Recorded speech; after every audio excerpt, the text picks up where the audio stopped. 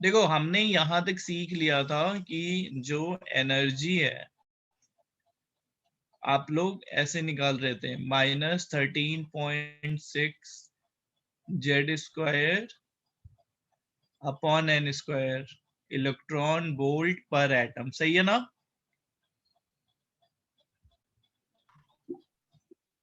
ठीक है। अब देखो, मान लो हमारा इलेक्ट्रॉन n1 पे है और वो जम करके n2 पे जाना चाहता है,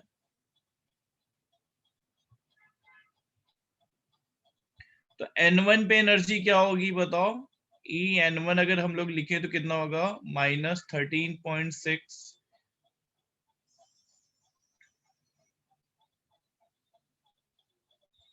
और ये n2 का क्या हो जाएगा?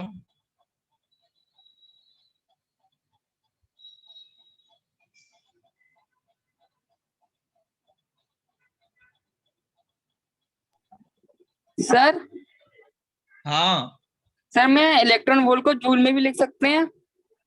हाँ लिख सकते हैं ना। 1 इलेक्ट्रॉन वोल्ट इक्वल टू कितना होता है?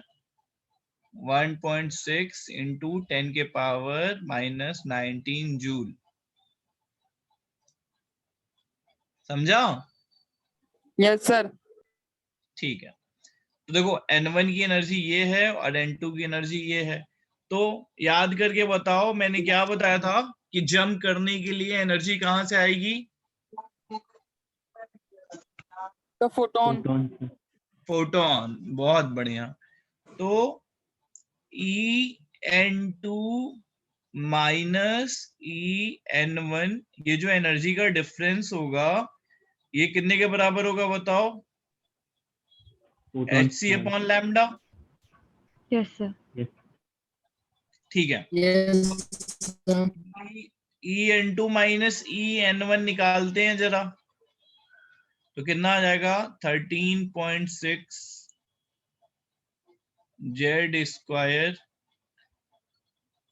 1/n1 स्क्वायर -1/n2 का स्क्वायर, ये कितने के बराबर होगा? hc/लैम्डा। सही है ना? देखो यस सर। ठीक है ना? अच्छा, या क्या हो जाएगा?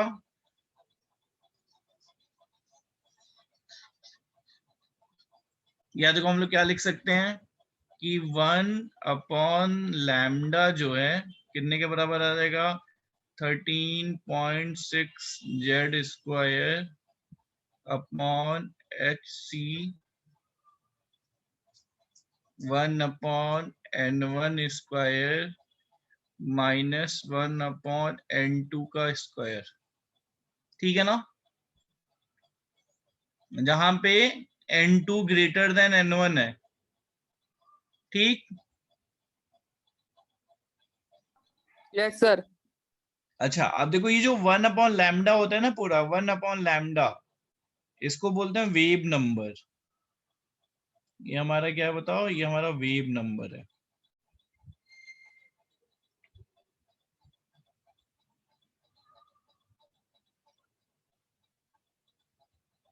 ये नोट कर लिया? ये नीचे वाला मिटा सकता हूँ क्या? यस लिख सर लो कर सब दिया। अच्छे से। लिख लिया? बढ़ जाओ आगे। Yes sir. वेव नंबर मतलब सर, हाँ वेव नंबर बोलो, मतलब प्रसीद बोलो। वेव नंबर बताता हूं। देखो अगर तुमसे बोला जाएगा वेव नंबर निकालो, तो 1/लैम्डा कैलकुलेट करना है तुम्हें। इसको समझ कैसे सकते हो कि यूनिट लेंथ में कितनी वेवलेंथ मिलेगी। जैसे देखो ना, ये तुम्हारी वेवलेंथ है, ठीक है ना? ये तुम्हारी कोई वेव है ना, ऐसा सुना था ना तुमने कभी ऐसे? Yes sir. वेवलेंथ क्या होती है बताओ? डिस्प्लेसमेंट लैम्डा का कैसे पार्टिकल निकालते हो? बनाया। क्या क्या प्रसीद, तेज बोलो। So displacement of a particle.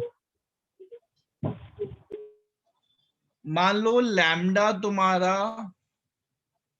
मान लो लैम्डा तुम्हारा 20 सेंटीमीटर है, तो 1 मीटर में कितना वेव मिलेगा तुम्हें? So 5. तो वो 1/लैम्डा ही तुम्हारा क्या हो गया? Wave number. हाँ, समझा yes, sir. प्रसीद? Yes, sir. है ना? तो अगर Yes, sir. कोई वेव नंबर निकालने को बोले तो इसका मतलब तुमको क्या निकालना है? तुमको 1/लैम्डा निकालना है। अब देखो ये जो पूरा नंबर है ना, ये देखो पूरा h की वैल्यू भी देखो तुमने लास्ट क्लास में देखी थी, c भी पता है, तो इसको हम एक और कांस्टेंट से रिप्लेस करते हैं।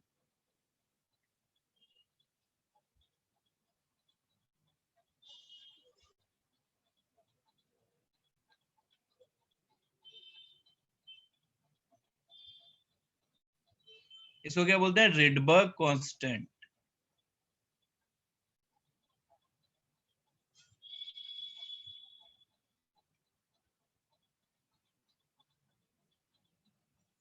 अब इसकी वैल्यू देखो कितनी है?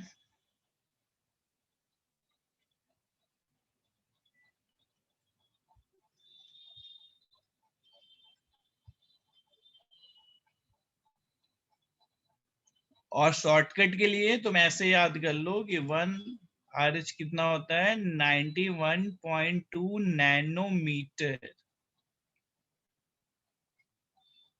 अच्छा, 1 नैनोमीटर में कितना मीटर होता है पता है तुमको? Yes, sir. 10⁻⁻9. हाँ, -9. ठीक है। और 1 नैनोमीटर में 10 एंगस्ट्रॉम होता है। ये सब भी नोट कर लो। तो आसान कैलकुलेशन करने के लिए तुम 1/RH को 91.2 नैनोमीटर लिख लोगे। ये पूरा नोट कर लो इंफॉर्मेशन अच्छे से अपनी नोटबुक में।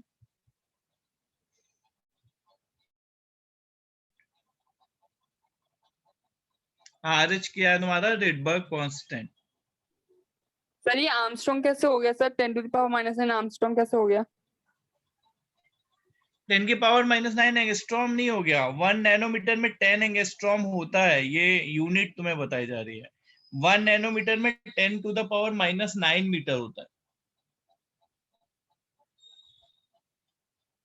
देखो ना, 1 नैनोमीटर में 10⁻⁻9 मीटर होता है और 1 एंगस्ट्रॉम में 10⁻⁻10 मीटर होता है। तो बताओ एंगस्ट्रॉम और नैनोमीटर में क्या रिलेशन होगा? समझा? Yes sir. ठीक है, इतना सब लोग नोट कर लो अपनी नोटबुक में। बढ़ जाए आगे, लिख लिया? Yes sir. ठीक है। अब देखो है क्या कि तुमने एक टूल डेवलप कर लिया। ये तुमने एक टूल बना लिया कि 1/लैम्डा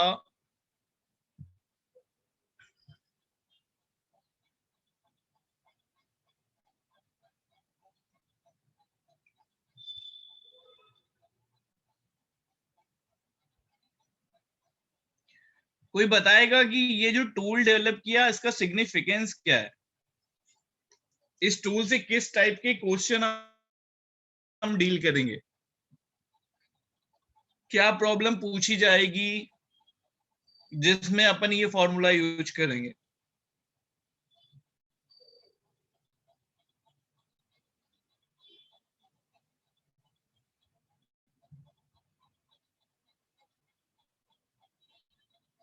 बोलो ना। वेव नंबर पूछेगा तो। तुम्हारी आवाज आज फ्यूज कट रही है। और कोई बताओ।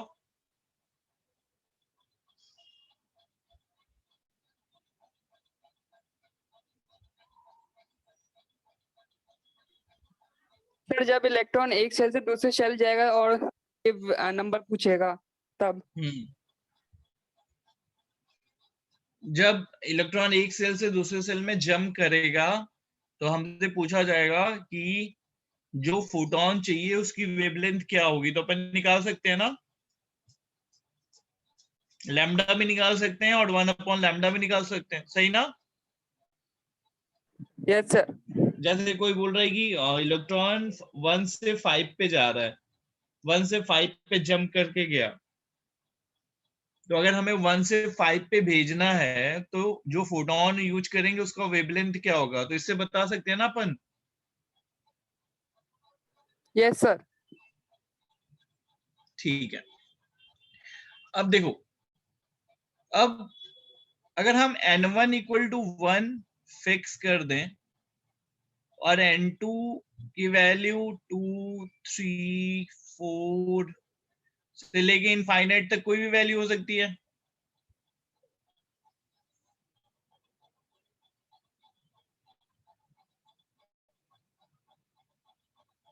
हो सकती है ना। Yes sir. अच्छा, तो इसमें अगर लैम्डा में पूछूं तो लैम्डा मिनिमम होने के लिए n2 की वैल्यू क्या होनी चाहिए। सर 2। ध्यान से सोच के बताओ।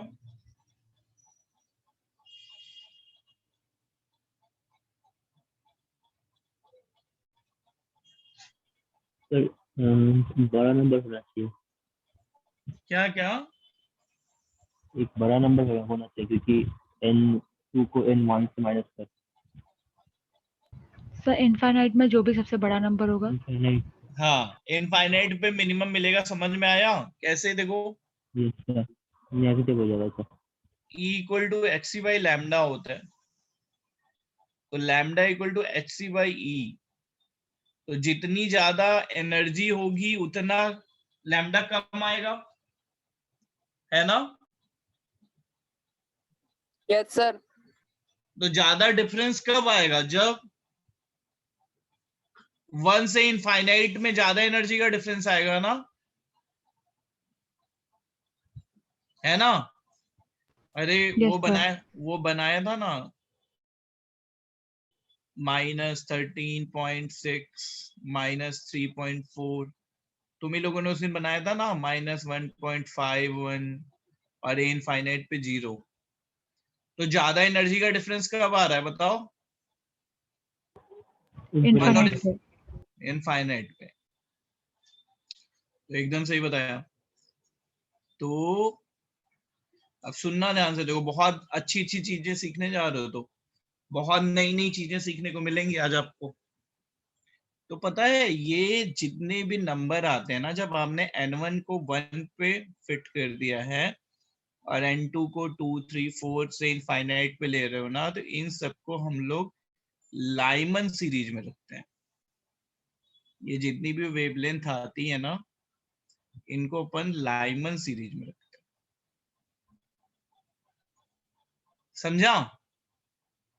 अब जैसे देखो, तुम इंजीनियर्स या बन जाओगे, बेसिकली इंजीनियर्स का ये काम आता है ये, तो वो ऐसे n1 n2 में बात नहीं करते, वो जो अपना जिससे उनको काम करवाना होगा, जिसको असिस्ट, जो उनका असिस्टेंट होगा, उसको पता है क्या बोलेंगे, यार लाइमन सीरीज में प्रॉब्लम है।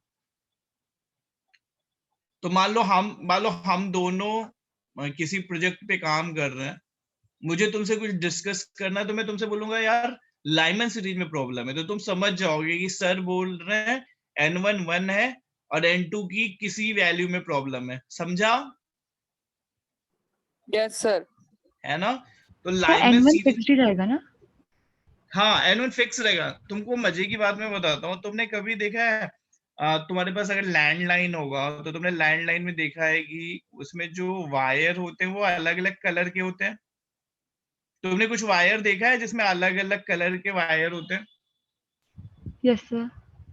तो वो अलग यस अलग कलर के वायर क्यों बनाए जाते हैं, देखो अलग अलग कलर के वायर इसलिए बनाए जाते हैं कि मान लो लाइमन सीरीज को हमने कोई पर्टिकुलर कलर दे दिया, रेड कलर, तो मान लो तुम इंजीनियर हो और तुम अपने ऑफिस में बैठे हुए हो, तो पता है जो तुम्हारा लैंडलाइन बनाने आएगा ना, वो उतना ज्यादा पढ़ा लिखा नहीं होगा। बस वो क्या करेगा, वो फोन करके बता देगा सर रेड कलर में प्रॉब्लम है। तो तुम अपने ऑफिस में बैठ के ही समझ जाओगे, अच्छा रेड कलर में प्रॉब्लम है, तो रेड कलर तुमने मान लो असाइन किया लाइमन सीरीज को, तो तुम समझ जाओगे लाइमन सीरीज में प्रॉब्लम है। समझा लॉजिक? उन वायर्स को कलरफुल बनाने का लॉजिक समझा? Yes sir. है ना?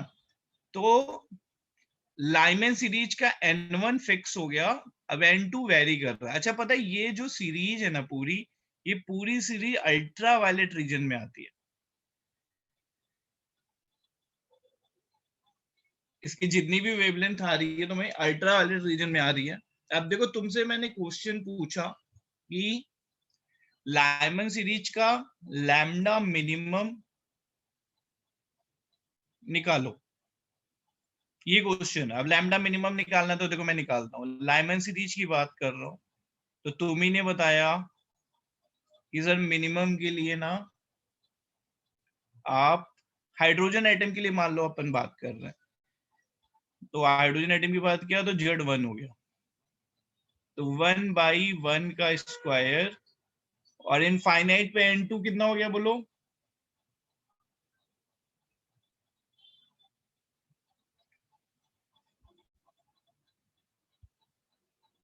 जीरो। Yes sir. हाँ यस सर। तो लैम्डा मिनिमम कितना हो गया बता दो? RH very sir.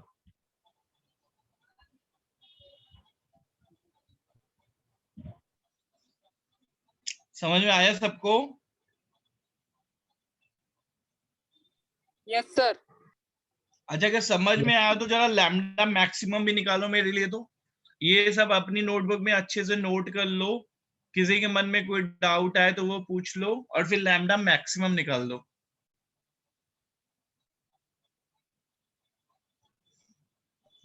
सर आपने क्या बोला, तेरा वॉइस ब्रेक हुआ।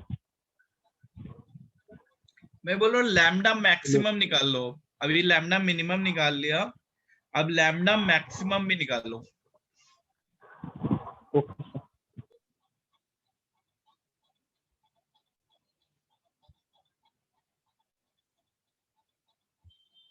Sir, हाँ so this value 91.2 is in Armstrong. देखो ना मैंने यहाँ पे लिखा है, रुको, ये क्या लिखा है बताओ? ये क्या है? Nanometer. नैनोमीटर। तो ये कितना नैनोमीटर आंसर आया वहां पे? 91.2. और अगर एंगस्ट्रॉम में पूछना होगा तो इसमें कितने का मल्टीप्लाई करना पड़ेगा? 10. 10। समझा अभी? Yes, sir. मतलब तुम ऐसे बोल सकते हो कि लैम्डा मिनिमम आइदर 91.2 नैनोमीटर है, और अगर एंगस्ट्रॉम में बताना है तो आप इसमें 10 का मल्टीप्लाई कर लो, तो फिर आप क्या बोल दोगे? 912 एंगस्ट्रॉम। समझा? Yes, sir. ठीक है, अब लैम्डा मैक्सिमम बता दो। सर 4/3 RH आएगा क्या? गुड, बहुत बढ़िया। तो देखो एक चीज समझो, आस पास एडजेसेंट में मैक्सिमम मिलता है,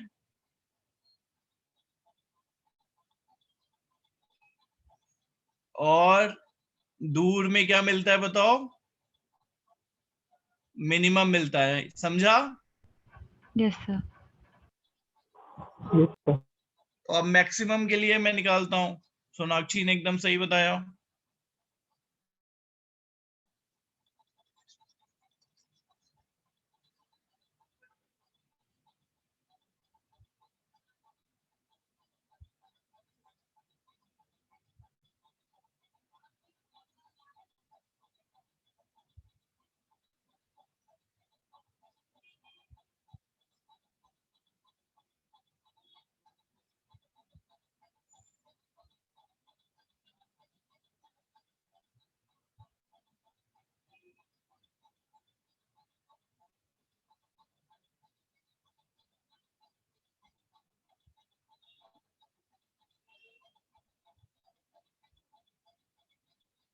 सही है?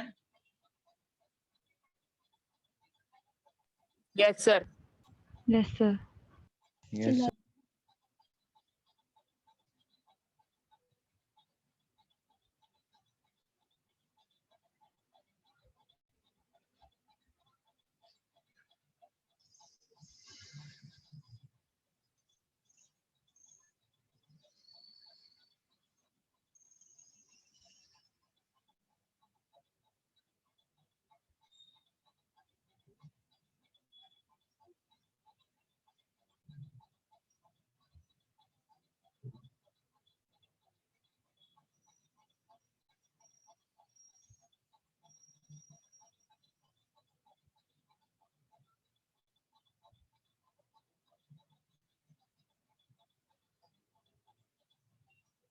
यहां तक समझ में आ गया सबको?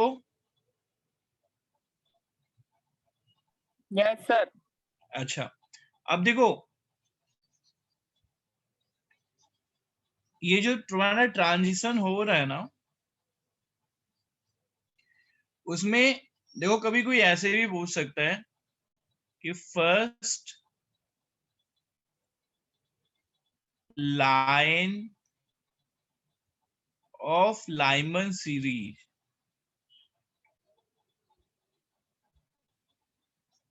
देखो फर्स्ट लाइन का मतलब होता है पता है क्या? N1 1 N2 2, समझा? सेकेंड लाइन बता दो जल्दी क्या होगा, बोलो। N1 1 और N2 3. N2 3. ठीक है ना? Third line N1 1 and N2 4. और N2 4. बहुत N2 4. हाँ, तो एक काम करो, अगर तुम लोग समझ गए हो तो इसको लिखने के बाद लिखो calculate wavelength, calculate wavelength of fourth line of Lyman series, calculate wavelength of fourth line of Lyman series.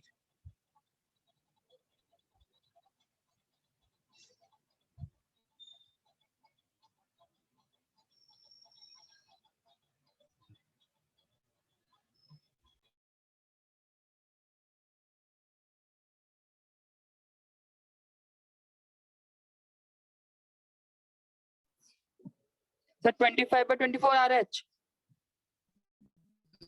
Yes, sir. कितना कितना?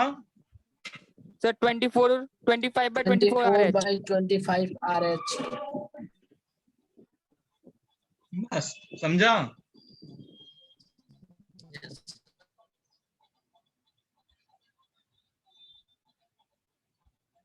समझा सबको? Yes, sir. Yes, sir.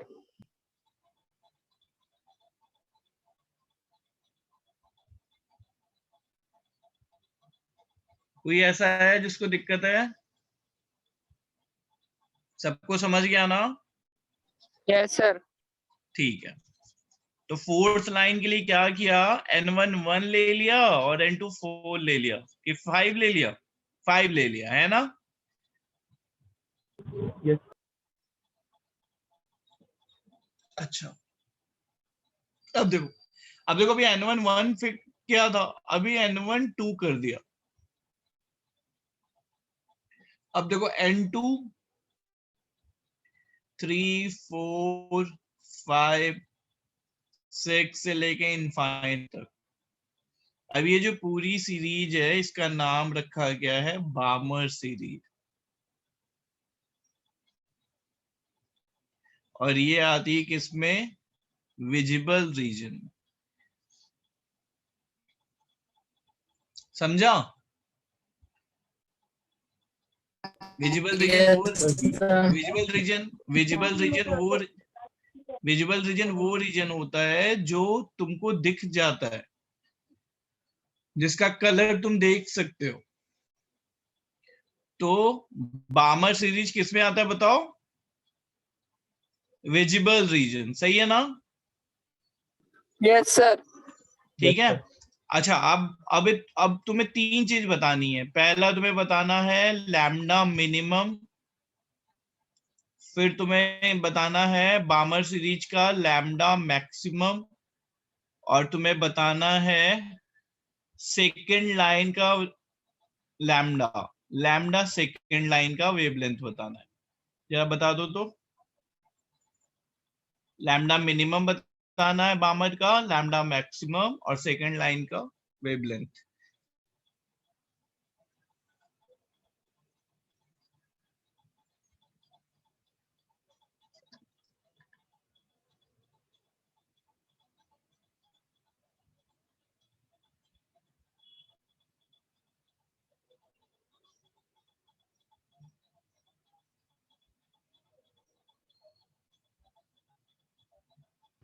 Sir minimum 4/RH।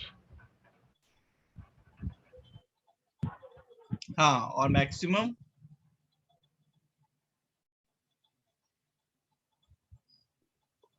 Sir 36/5 RH। Maximum है ना? Yes, sir, 36 by 5 RH. Sir maximum वाला कैसे निकला वो समझा नहीं। देखो कैसे सीखा है। मिनिमम 2 से इंफिनिटी है ना? Yes, sir. ये हो गया 4/RH, और 2 से 3 क्या होगा? मैक्सिमम।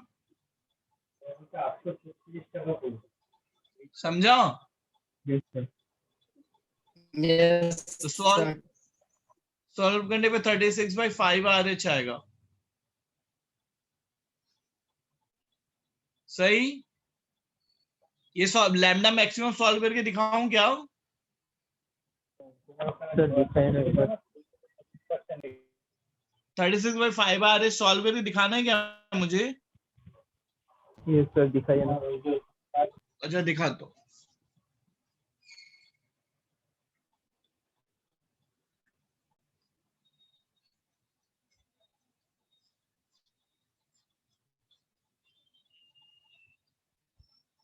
तो 1/लैम्डा मैक्सिमम RH 1/2 का स्क्वायर हो जाएगा 4 माइनस 1/9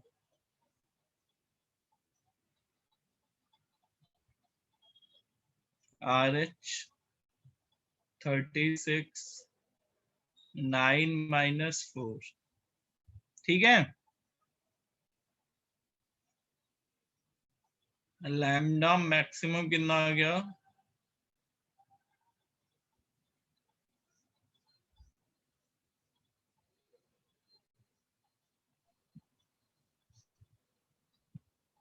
समझा सर, जरा क्या कीजिए। समझा सर।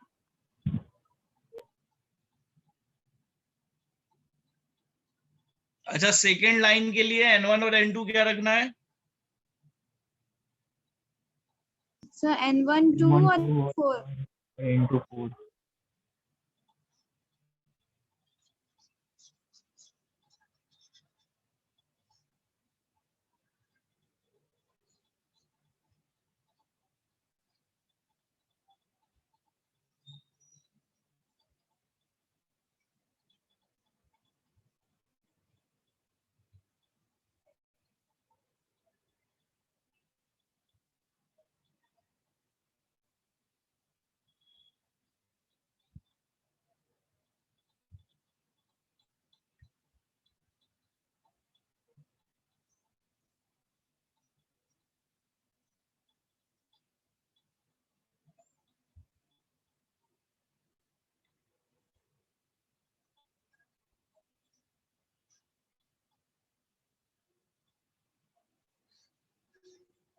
सही है ना? Yes sir. Yes, sir. ठीक है। अब देखो थर्ड क्या है? फिर n1 equal to 3, n2 equal to 4, 5, 6 से लेके infinite Paschen series.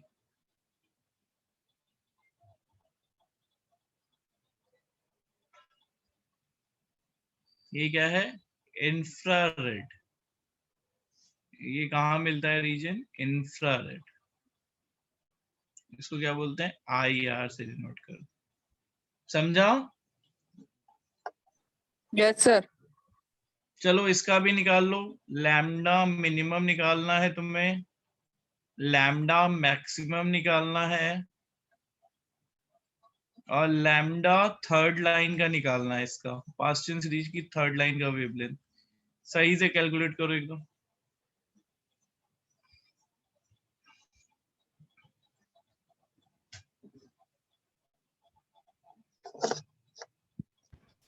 Sir minimum आएगा 9/RH।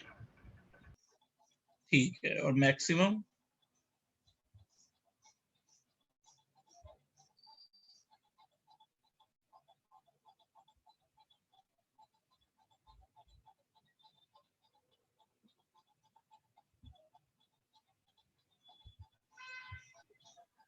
Sir 144/7 RH। ठीक है, और थर्ड लाइन?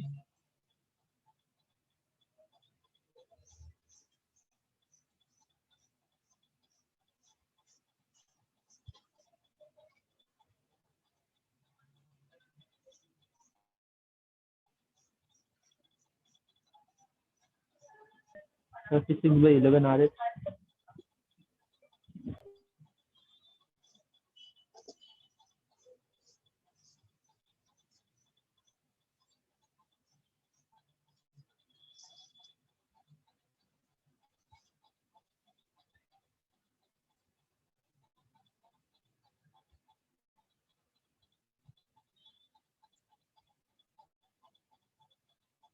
तो मिनिमम पहले निकालते हैं।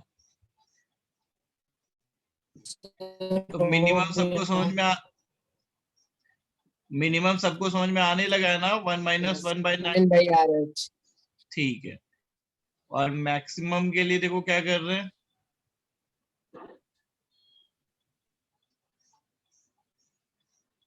बोलो। 1/9। ये सही लिखा है मैंने n1 का मिनिमम को? No sir. हाँ, सर 1 गलत by है सर। 1/9 - 1/∞ है ना? -1/∞ 1 यस by सर। 9 minus 1/16 सही है? Yes yes sir. सर।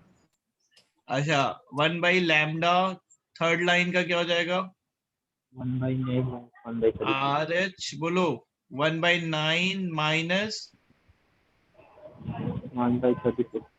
1/36। समझा सबको? Yes sir. Yes sir. अच्छा, चलो आगे बढ़ जाते हैं अभी। ये सब एकदम ठीक किया तुम लोगों ने।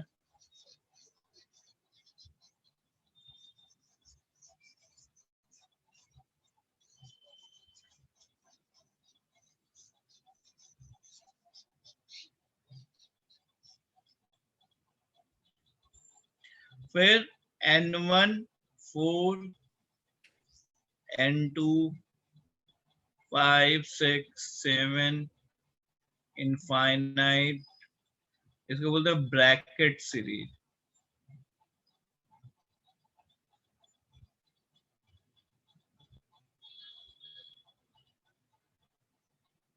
ये भी किसमें? इंफ्रारेड।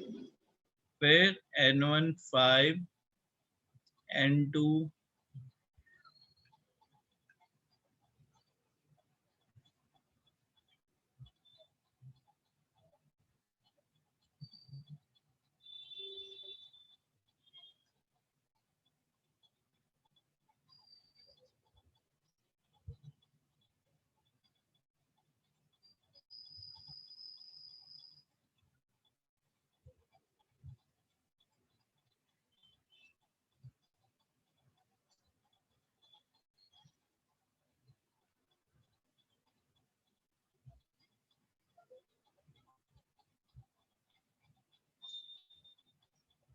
ये क्या है?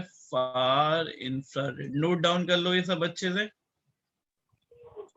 सर आपने थर्ड वाले का सीरीज का नाम क्या लिखा है? ब्रैकेट। इसका इसका sir N1 is equals to ये 5 वाला। P food FUND। Okay sir.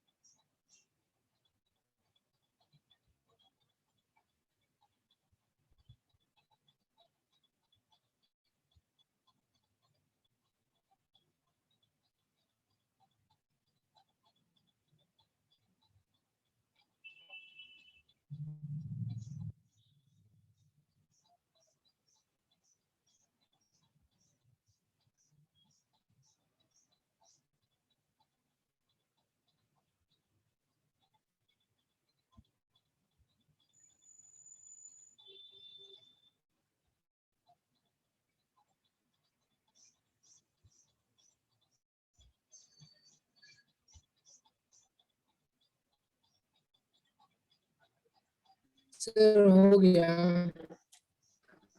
लिख लिया? चलें बढ़ने आगे। Yes sir. अब देखो, इसको याद करने के लिए एक तरीका होता है। बच्चे ने ही बताया था मुझे एक बार। उसने बोला कि सर देखो इसको ऐसे याद कर सकते हैं।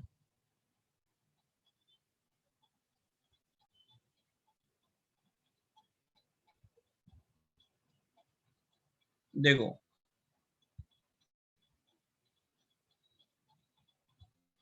उसने बोला सर ऐसे याद कर लो बीपी बीपी हाई। लो बीपी बीपी हाई मतलब बीपी बीपी बीच में और एल और एच रहना। तो ये क्या हो गया? देखो, लाइमन, बामर, पाशन, ब्रैकेट, पेफोन। समझा है ना? तो Yes, sir. लाइमन कहां से स्टार्ट होता है? N1 1, ठीक है। बामर बोलो। N2 2 N1 2 N1 2 3, बस एक एक नंबर N1 पढ़ते 3 जाना है। 4 5। सही, ठीक है ना? ये कहाँ रहता है लाइमन? कहाँ? Ultraviolet, visible, IR। Infrared। सही ना? सर Yes, फार sir. इंफ्रारेड मतलब वेवलेंथ के टर्म में ही क्या हो जाएगा? ज्यादा बड़ी वैल्यू मिलती होगी। देखो ये सारे एक जनरल ट्रेंड है, कभी कभी ऐसा भी हो सकता है ना, देखो इन जनरल ये ट्रेंड बताया गया है। तुम सोचो ना, इतने ज्यादा N1 और N2 आएंगे, कभी कभी दो का इंटरसेक्शन भी तो मिल सकता है कहीं पे, कैलकुलेशन से जो नंबर आया है किसी और सीरीज में भी तो वो नंबर मिल सकता है ना। समझ लो क्या बोल रहा हूं मैं। Yes sir. अरे मतलब तुम N1 और N2 डाल के वैल्यू निकाल रहे हो, तो ऐसी पॉसिबिलिटी तो है ना कि कभी दो जगह की वैल्यू क्या मिल जाए, सेम मिल जाए। जैसे Yes, तुम sir. जैसे तुम मिनिमम और मैक्सिमम निकाल रहे हो, तो मिनिमम और मैक्सिमम के बीच में तो खूब सारी वैल्यू आ रही है ना, यस सर। तो किसी दो सीरीज की कुछ वैल्यू तो कॉमन हो ही सकती है ना, Yes, Yes. sir. है ना। तो कहने का मतलब कि इनमें जो स्पेसिफिक मिलता है वो तुम्हें बताया गया है, कुछ कॉमन भी मिल सकता है। स्पेसिफिक क्या है, लाइमन में अल्ट्रावायलेट स्पेसिफिक है, बामर में विजिबल स्पेसिफिक है, समझा। Yes, sir. समझा, ठीक है। अच्छा सुनो, अब देखो तुम्हें कुछ और भी मैं बहुत अच्छी चीज दिखाता हूँ। ये हो गया ना, अब देखो हेडिंग डाल लो स्पेक्ट्रम।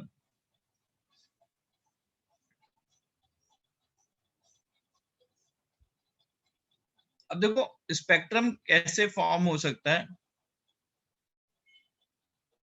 स्पेक्ट्रम बेसिकली पता ही क्या होता है, ये जो तुम्हारा कोई इलेक्ट्रॉन जब जंप करेगा, जैसे मान लो यहां से अगर ऊपर जा रहा है, तो इसे एनर्जी चाहिए होगी, है ना। Yes, sir. Yes, sir. और अगर ऊपर से नीचे आ रहा होगा तो क्या कर रहा होगा, Energy release कर रहा होगा. एनर्जी रिलीज कर रहा होगा। तो हमें डिफरेंट एनर्जी के फोटॉन्स मिल रहे होंगे क्या, मिल रहे होंगे ना। Yes, sir. Yes, sir. तो देखो Yes. ये जो प्रोसेस है, देखो यहाँ पे ऊपर जा रहा है एनर्जी लेके, तो ये देखो एब्जॉर्प्शन स्पेक्ट्रम है।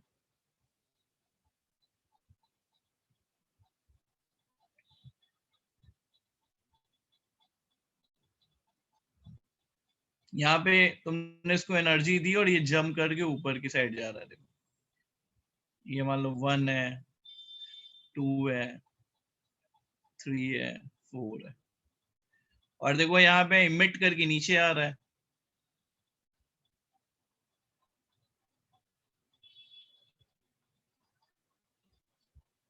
सही है ना।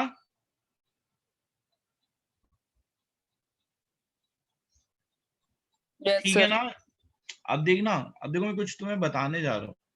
देखो जो मैंने दोनों के जंप बनाए हैं ना, तो पहले इतना नोट कर लो, ये है तुम्हारा एब्जॉर्प्शन स्पेक्ट्रम है और ये तुम्हारा इमिशन है, पहले इतना नोट करो। सर जो लाइट जो एनर्जी इमिट होगी सर वो भी फोटॉन्स के फॉर्म में ही होगी ना. हाँ, जो एनर्जी इमिट होगी वो भी क्या होगी, फोटोन के फॉर्म में ही होगी। Okay sir.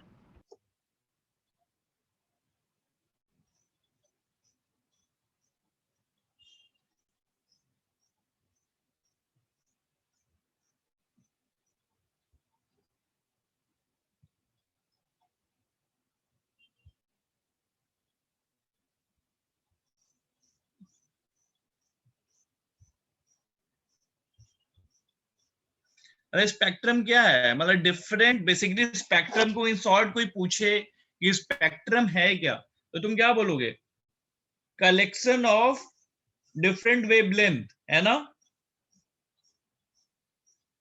खूब सारी वेवलेंथ मिल रही है ना तुम्हें, अलग अलग हर बार जंप पे तुम्हें एक डिफरेंट वेवलेंथ फॉर्म होगी ना तुम्हारे पास। जैसे 1 से 2 गया तो 1 लैम्डा मिलेगा, है ना। Yes sir. 1 से 3 गया तो 1 लैम्डा मिलेगा। तो तुमसे कोई पूछे कि तुम समझाओ कि स्पेक्ट्रम है क्या, तो तुम क्या बोलोगे? Spectrum basically a set of different wavelength, मतलब स्पेक्ट्रम के अंदर हमें बहुत सारी डिफरेंट वेवलेंथ मिलेगी ट्रांजिशन की वजह से। जो तुम्हारे ट्रांजिशन होंगे उसमें जो फोटोन की वेवलेंथ इन्वॉल्व होगी वो डिफरेंट डिफरेंट होगी ना, हर ट्रांजिशन में एक डिफरेंट वेवलेंथ हमें मिलेगी ना। जैसे देखो, अगर कोई 1 से 4 जा रहा है तो हमें 1 से 2, 1 से 3, 1 से 4 ऐसी वेवलेंथ मिलेगी ना। या ऊपर से नीचे आ रहा है तो जितनी बार एनर्जी रिलीज होगा हमको एक नई वेवलेंथ मिलेगी। तो अपन क्या बोल सकते हैं कि स्पेक्ट्रम क्या है, एक सेट है जिसमें डिफरेंट वेवलेंथ के फोटोन अपने को मिलेंगे। उसमें कुछ कलरफुल भी होंगे, बोलो ना। Yes sir. कलर कब Yes, sir. दिखेगा? जब वो किस रीजन में आएंगे? Visible. विजिबल। Visible region. ठीक है। तो अब मैं तुम्हें एक बहुत सही बात बताने जा रहा हूं, बहुत कम लोगों को ये पता होती है। अब देखो, जो एब्जॉर्प्शन स्पेक्ट्रम होता है ना, एब्जॉर्प्शन स्पेक्ट्रम के साथ एक खास बात होती है। देखो, ये बहुत कम लोगों को ये बात पता होती है, परफेक्टली ये सीख लो। पता है, एब्जॉर्प्शन स्पेक्ट्रम की शुरुआत हमेशा 1 से ही होती है। इसका रीजन क्या है? देखो, ये तो मैंने तुम्हें इंफॉर्मेशन दे दी कि अगर एब्जॉर्प्शन स्पेक्ट्रम की बात करेंगे तो शुरुआत हमेशा 1 से ही होने वाली है। मतलब कभी एब्जॉर्प्शन स्पेक्ट्रम में हम ऐसी बात नहीं करेंगे कि मोशन 2 से 3 हो रहा है, समझा? मतलब अगर तुम जंप करने की बात कर रहे हो तो तुम ऐसे ही बात करोगे कि 1 से 2 गया, 1 से 3 गया, 1 से 4 गया, समझा? मेरी बात समझा कि यस नहीं? सर। मतलब जब तुम्हारा इलेक्ट्रॉन जंप करके ऊपर जाएगा तो हमेशा तुम ऐसे ही बोलोगे कि जंप करके 1 से 2 गया, जंप करके 1 से 3 गया, जंप करके 1 से 4 गया। कभी तुम ऐसा नहीं बोलोगे कि जंप करके 3 से 4 गया, समझा? Yes sir. ऐसा क्या क्यों फिर है? से रिपीट कीजिए लास्ट लाइन। फिर लास्ट से लाइन मैं आपने बोल रहा क्या हूँ, बोला? मैं बोल रहा हूँ कि देखो, एब्जॉर्प्शन स्पेक्ट्रम में क्या होता है कि जो जंप करता है इलेक्ट्रॉन, जब तो 1 से 2 गया, ठीक है, यस 1 से 3 गया, 1 से 4 गया, 1 से 5 गया। ऐसा कभी नहीं होता कि 2 से 3 गया, 2 से 4 गया, ऐसा नहीं होता। इनिशियल पॉइंट हमेशा 1 होता है।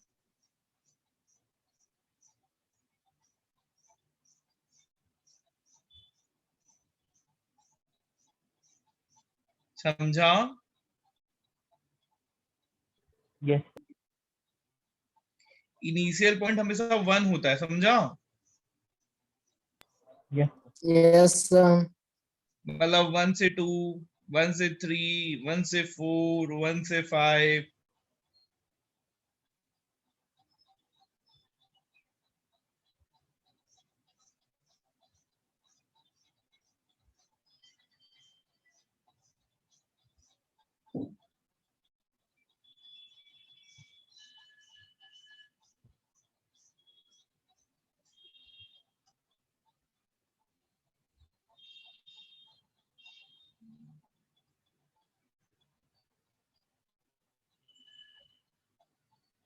अब ऐसा क्यों होता है?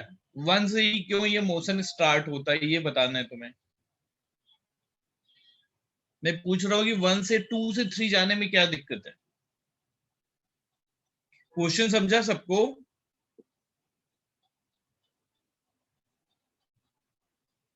सोनाक्षी, क्वेश्चन समझा? Yes, sir. मेरा पूछना है कि ये जो एब्जॉर्प्शन वाला मोशन हो रहा है ये 1 से ही क्यों हो रहा है? 2 से 3 जाने में क्या प्रॉब्लम है?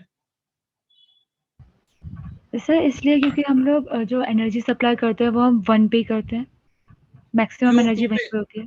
2 पे कर देते ना, 2 पे सप्लाई कर देते, क्या दिक्कत थी?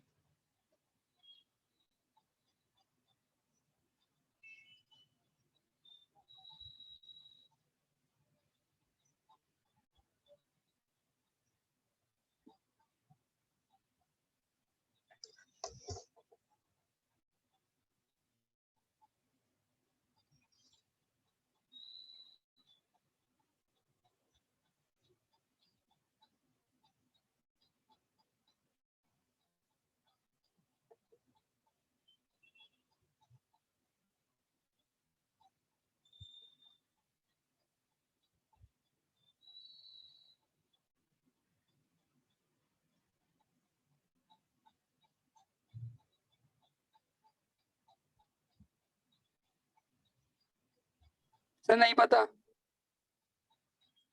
किसी को स्ट्राइक नहीं कर रहा है?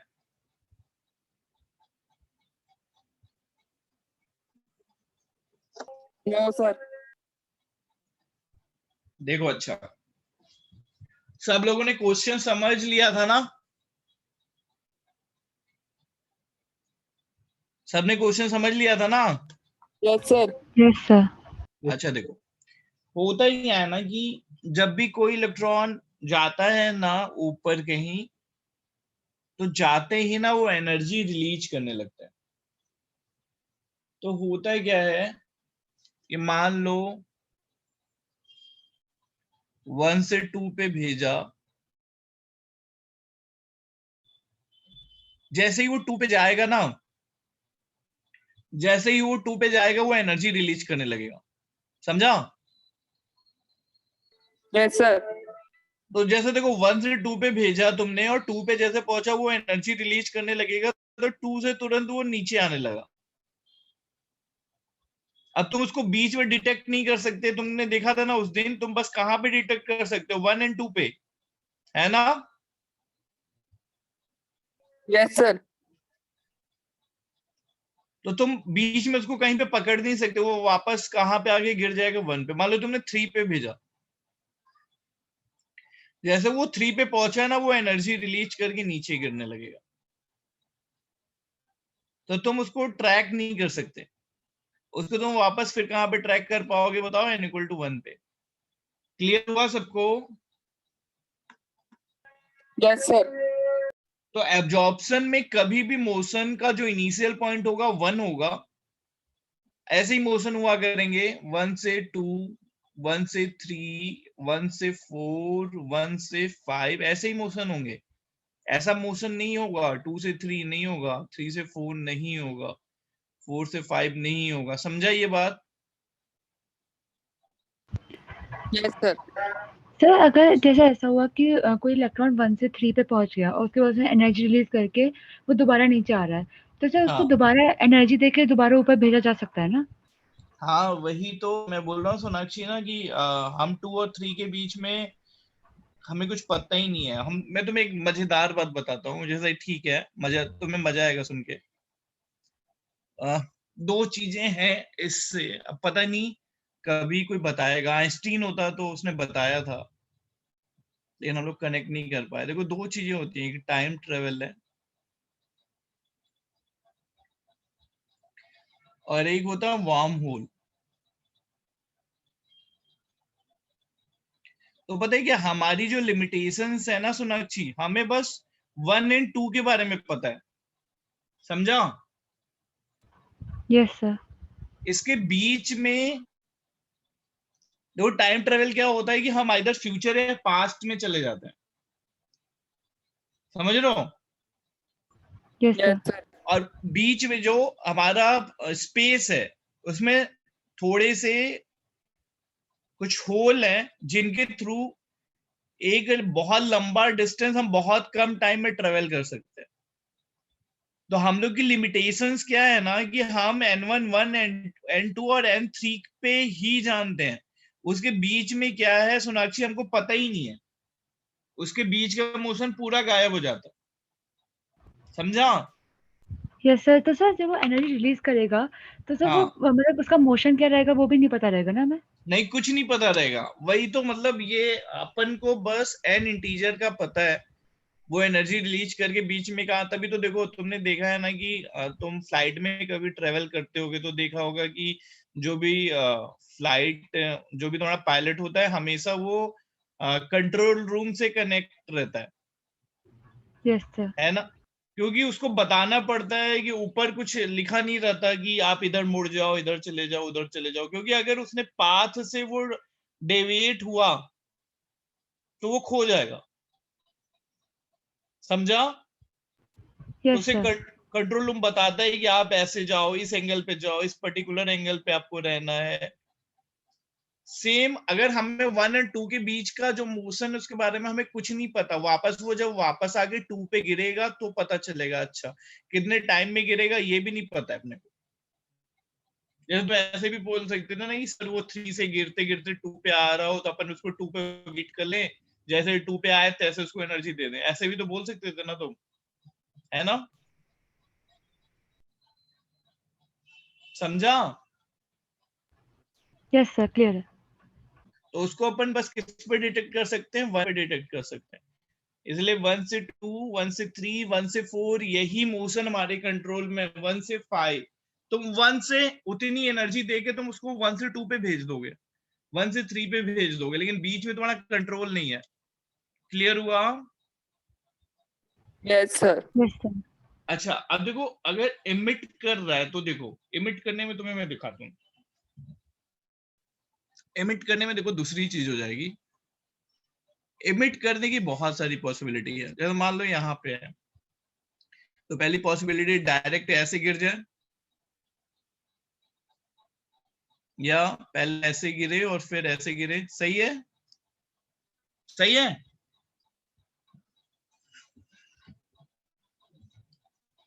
बोलो ना। सर उसका पाथ डेविएट हो सकता है, मतलब जैसे वो पहले बीच वाले पे गिरा, फिर उसके बाद पाथ डेविएट हो गया, फिर दूसरे पाथ पे गिर रहा है। अरे ये तो मैं तुम्हें पॉसिबिलिटी बता रहा हूँ। पाथ तो वो इतना छोटा होता है ना सोनाक्षी की, तुमको वो बहुत एकदम समझ लो एंगस्ट्रॉम की डिस्टेंस होती होगी। यहाँ पे गिरा, फिर यहाँ से यहाँ पे गिरा, यही बस अपनी बात कर रहे हैं अपन। समझा? मतलब 3 to 1, एक बार 3 से सीधा 1 पे गिर जाए, या 3 से 2 पे और 2 से 1 पे। समझा? Yes sir. Yes sir. Yes sir. अरे देखो जबरदस्ती नहीं समझना है, फोर्सफुली समझना नहीं है, आराम से। अगर तुम्हें समझ में नहीं आ रहा तो मुझे बताओ कि सर ये चीज समझ में नहीं आ रही है। ये सब समझ के तुम लोग कुछ बड़ा सा कुछ बना दोगे, टाइम मशीन वशीन बना दोगे, तो फिर कितना सबका, पूरी सोसाइटी का कितना भला होगा। तो इसलिए कॉन्सेप्ट तुम्हारा क्लियर होना चाहिए। आगे तुम बड़े बड़े रिसर्च करोगे या डॉक्टर बनोगे, तो अभी मेरा काम क्या है, तुम्हारा कॉन्सेप्ट एकदम क्लियर करना। तो कोई चीज एकदम तुम्हें अगर समझ में नहीं आ रही तो बोलोगे सर ये चीज समझ में नहीं आ रही, क्या बोल रहे हो आप? अभी पक्का सबको समझ में आ रहा ना कि 3 पॉसिबिलिटी है। सर ऐसा हो सकता है क्या सर कि वो 3 से गिरा और फिर 2 पे ही रह जाए? नहीं होगा ना, अभी तुमने देखा ना कि जैसे ही जाता है वो एनर्जी रिलीज करता रहता है, फाइनली तो यस उसको सर। 1 पे ही गिरना है। Okay sir. समझा? मतलब यस जो सर। जो सर बोल सर लो अगर बोलो। 2 पर गिरा और हम लोगों ने दोबारा एनर्जी दे दी तो? हाँ, फिर अब अगर हमने दोबारा एनर्जी दे दी तो अभी तो हमने सीखा ना कि हम 2 पे एनर्जी नहीं दे सकते, यस सर।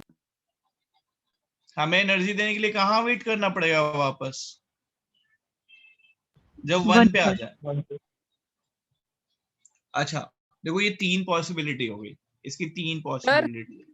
हाँ सर बोलो अगर कोई बोलो। इलेक्ट्रॉन 2 पर ही है और हमने एनर्जी दे दी तो 2 पे आके ही गिरेगा ना फिर वो?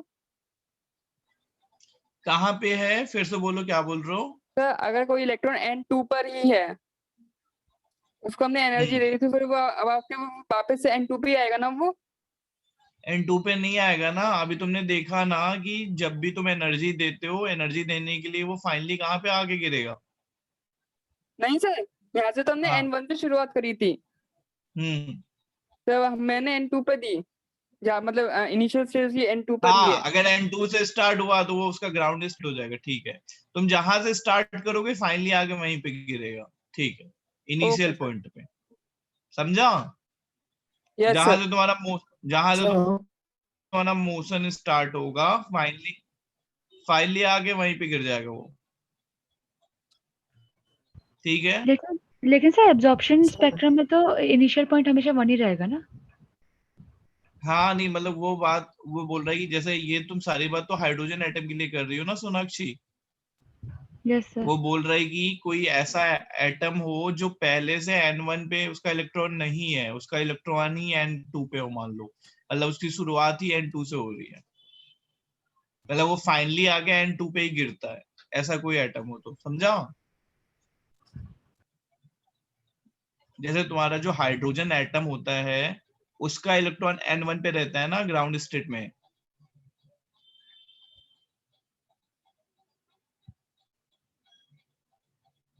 Sonakshi, Yes, sir. जैसे देखो ना, तुमने बचपन में ये तो पढ़ा होगा शायद कि हाइड्रोजन का एटॉमिक नंबर 1 होता है। लेकिन अगर हम सोडियम की बात करें तो सोडियम का सबसे बाहर वाला इलेक्ट्रॉन कहाँ रहता है? 281 पे रहता है ना। Yes, sir. तो इसका सबसे बाहर वाला इलेक्ट्रॉन कहाँ पे पड़ा हुआ है?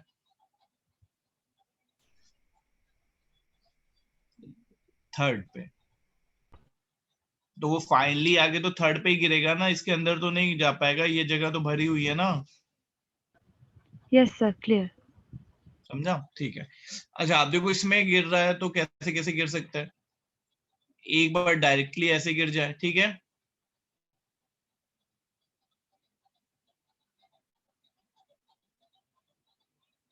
या कैसे गिरे, एक बार ऐसे गिरे और फिर ऐसे गिर जाए, या फिर कैसे गिरे, ऐसे गिरे और ऐसे गिर जाए, या ऐसे ऐसे और ऐसे गिर जाए। समझा ना? ये पॉसिबिलिटी है ना। Yes sir. यस तो यहाँ पे टोटल कितने हो गए, गिनते हैं। एक ये वाली लाइन हो गई बड़ी वाली, ये जो मोशन होता है ना इसको स्पेक्ट्रल लाइन बोलते हैं। जैसा यहाँ पे दो जो 3 लिखा है ना, इसको तुम बोलोगे टोटल स्पेक्ट्रल लाइन। जितने तरीके से मोशन पॉसिबल है, तो यहाँ पे टोटल स्पेक्ट्रल लाइन कितनी आ गई? 3। यहाँ पे देखो कितनी आएगी, गिनते हैं। एक, ये पहली हो गई, ये दूसरी हो गई, ये ये तीसरी हो गई, ये फोर्थ हो गई, ये फिफ्थ हो गई। देखो ये कॉमन हो गई ना, कॉमन है ये दोनों, देख रहे हो?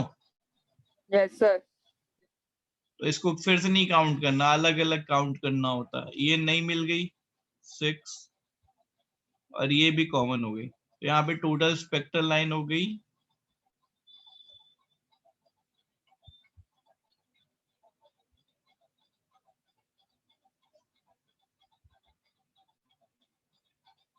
6। अब एक काम करो, थोड़ी सी मेहनत करवाता हूँ तुमसे। इसकी बताओ कितनी आएगी टोटल स्पेक्ट्रल लाइन। इसकी ऐसे ही बना लो, टोटल स्पेक्ट्रल लाइन बताओ तो।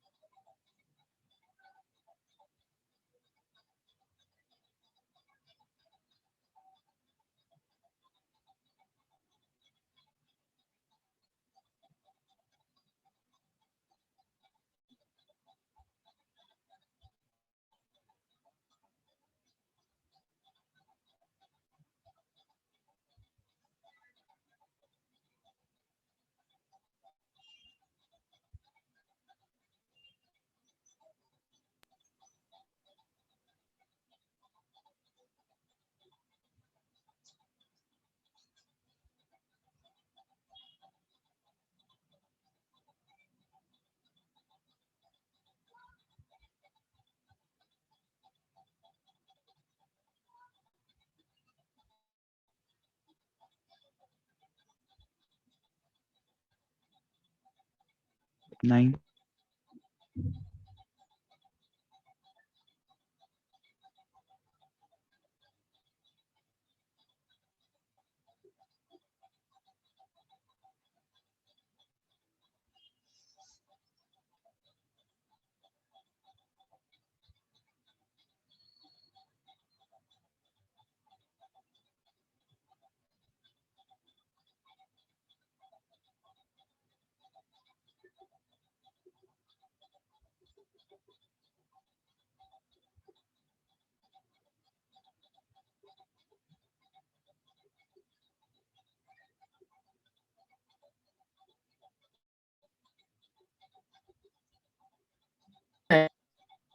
Sir, 10.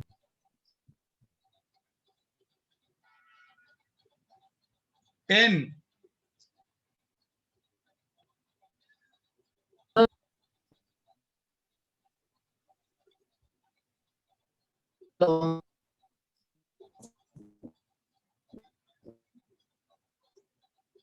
हाँ 10 आवाज आ रही है? Yes sir. Yes, sir. नहीं 10 आंसर सही है। Yes, 10 आ रहा है।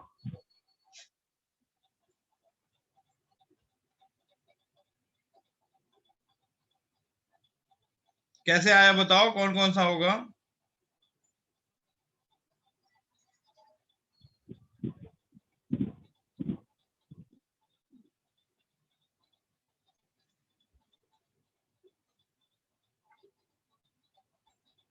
बोलो कौन कौन सा आएगा?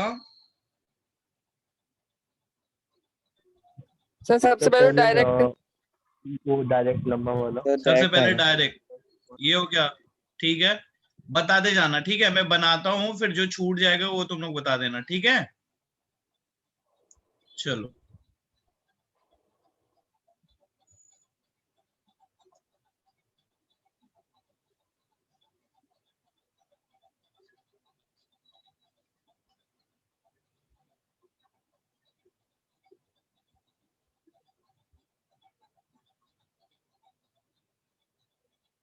ये देखो 1, ठीक है, 2, 3 सही है ना, 4, 5 सही है, 6, 7, ये रिपीट हो गया। ठीक है ना, 8, Yes, sir. 9, ये रिपीट हो गया, ये रिपीट हो गया, 10। 10. समझा ना? Yes. Yes sir. अब देखो बार बार ऐसे नहीं बनाना है, मैं फॉर्मूला बता दे रहा हूं।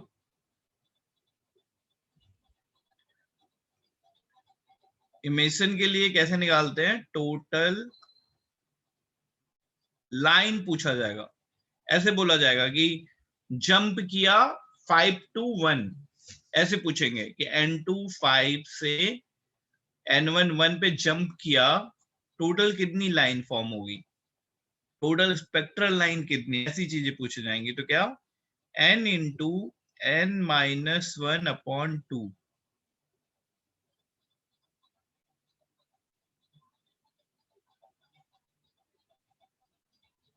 n देखो यहाँ पे फॉर्मूले में पुट कर दो, n यहाँ पे 3 था, तो देखो 3 इंटू 2/2,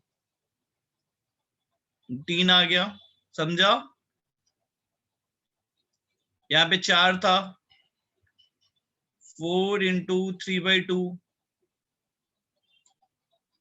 है ना? अरे समझ सर लो कि एन में नहीं? Yes sir. सर एन हाँ सर बोलो एन में बोलो हम सोनाक्षी। सर n2 की वैल्यू रखेंगे ना?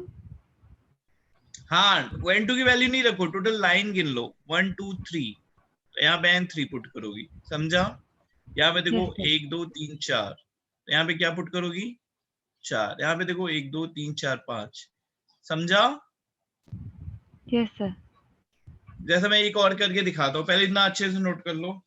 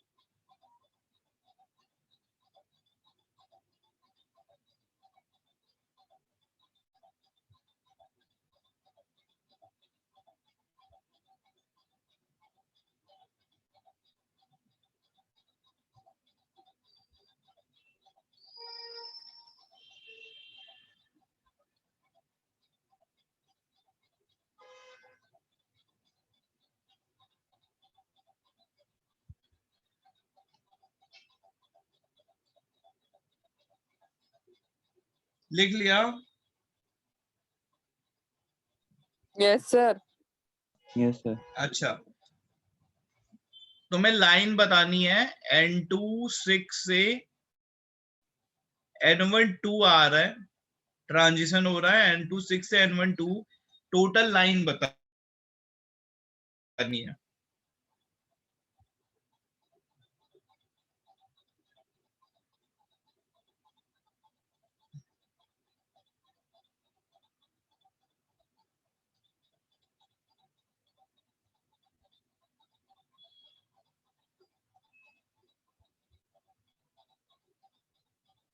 Sir, 10.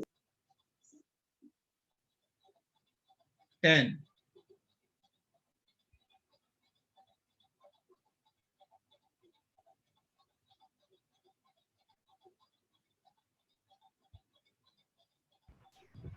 Yes, sir. 10.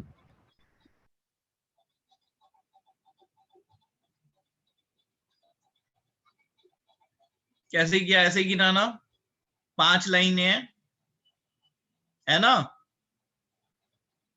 10 तुम लोगों ने ऐसे ही बताया ना? Yes, sir. अरे देखो, सबको समझ में नहीं आ रहा है, लेकिन कुछ कोई तो है जो पूछ नहीं रहा। अभी मैं समझ नहीं पा रहा हूँ क्या करूं। अब जिसको समझ में नहीं आ रहा वो उसको पूछना पड़ेगा ना। डांटता देखो मैं हूं नहीं पूछने के लिए किसी को। अभी देखो 5 लाइनें हुई तो n = 5 पुट कर दिया, समझा ना सबने? Yes, sir. Yes, sir. Yes, sir. अच्छा जल्दी से बताओ। N2 8 से अपन N1 4 पे आ रहे हैं, टोटल लाइन।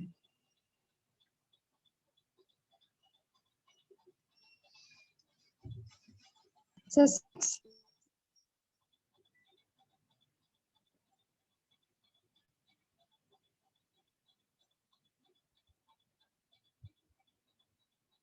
Sir, 10. 10 फिर समझा ना?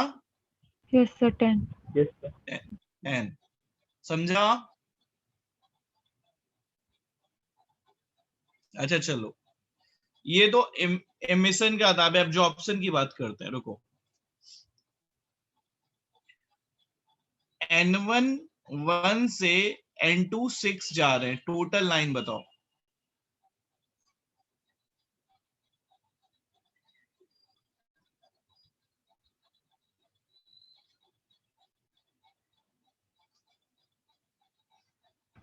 Sir, 6. 1 से 2, 1 से 3, 1 से 4, 1 से 5, 15. 1 से 6, कितनी? 15. 5। मतलब जितनी लाइनें होंगी उससे कितना माइनस करना है? 1। समझा?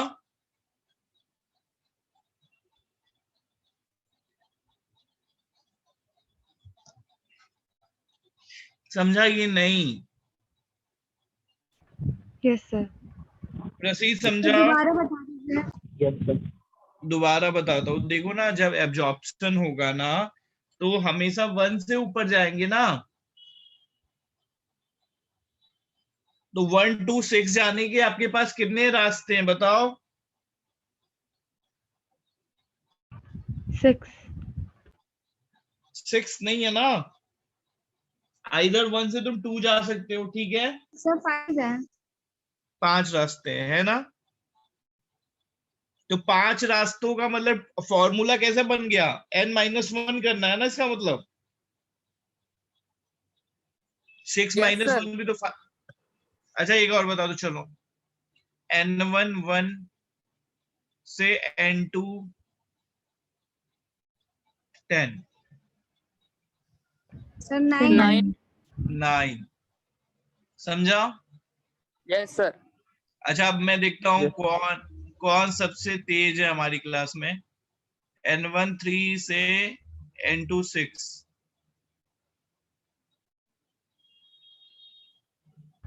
Sir, 3. अबे N1 3 से 5. पॉसिबल कहाँ है? Sir, 5 होगा. N1 1 से होगा. N1 3 पे है ना, तो तुम्हारा मोशन तो 1 से होना चाहिए। ये तो ट्रांजिशन ही पॉसिबल नहीं है ना। शुरुआत 1 से होनी चाहिए ना। Yes, sir. प्रसीद 3 से कहाँ जाते हो तुम? तो 1 से जाना है ना तुम्हें हमेशा। सर लेकिन अगर ग्राउंड शेल हुआ तो 1 ही माना जाएगा ना, लेकिन हाँ तो ग्राउंड सेल नहीं है ना N1। तुम हमेशा जो भी पढ़ रहे हो ना हाइड्रोजन एटम के लिए पढ़ रहे हो। ये सारे जो भी कॉन्सेप्ट हम पढ़ते हैं ना हाइड्रोजन एटम के लिए पढ़ते हैं। Okay sir. हाँ तो तुम्हारा जो हाइड्रोजन एटम है वो तो 1 पे रहता है ना हमेशा। Yes sir. तो 3 पे तो रहेगा ही नहीं। तो 3 to 6 तो होगा ही नहीं। मोशन तो हमेशा 1 से होता है ना प्रसीद। Yes sir. Yes sir. तुम्हें समझ में आया? प्रसीद समझ में आया तुम्हें?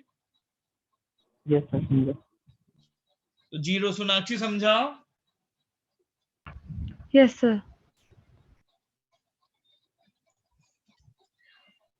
चलो फिर इतनी चीजें अच्छे से पढ़ के आना। देखो नोट्स पढ़ना बहुत जरूरी होता है, तो ये सब पढ़ के आना। फिर इस पे थोड़े से सम हम लोग सॉल्व करेंगे। इसकी बुकलेट दे दी सर ने तुम लोगों को? एटॉमिक की बुकलेट मिल गई है? मिल गई है ना?